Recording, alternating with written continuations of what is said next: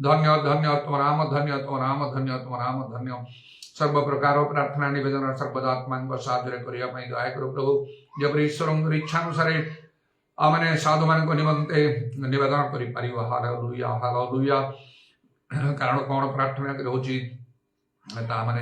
जानूना से निमंते प्रभु आत्मजा मान को दुर्बलता साहाय्य करंत प्रार्थना निवेदन करती आम को आत्मा प्रार्थना करने पवित्र आत्मा प्रार्थना करने तुम्हें साहाय्य विशेष भाव में पूरा बाबा शबरी खारवक्र मान कारबंदलवा समस्त सत्य आचरण करने तुम्हें अनुग्रह कर सत्य पाखे साक्षी दया कर पूरा वर्षा खारा रवानी खारबंदल रवा आमान कर सबदन सब निकट सुखदायी हो सुनिल धन्यवाद दी प्रभु जीशु का नाम प्रार्थना गुरु जी आमीन।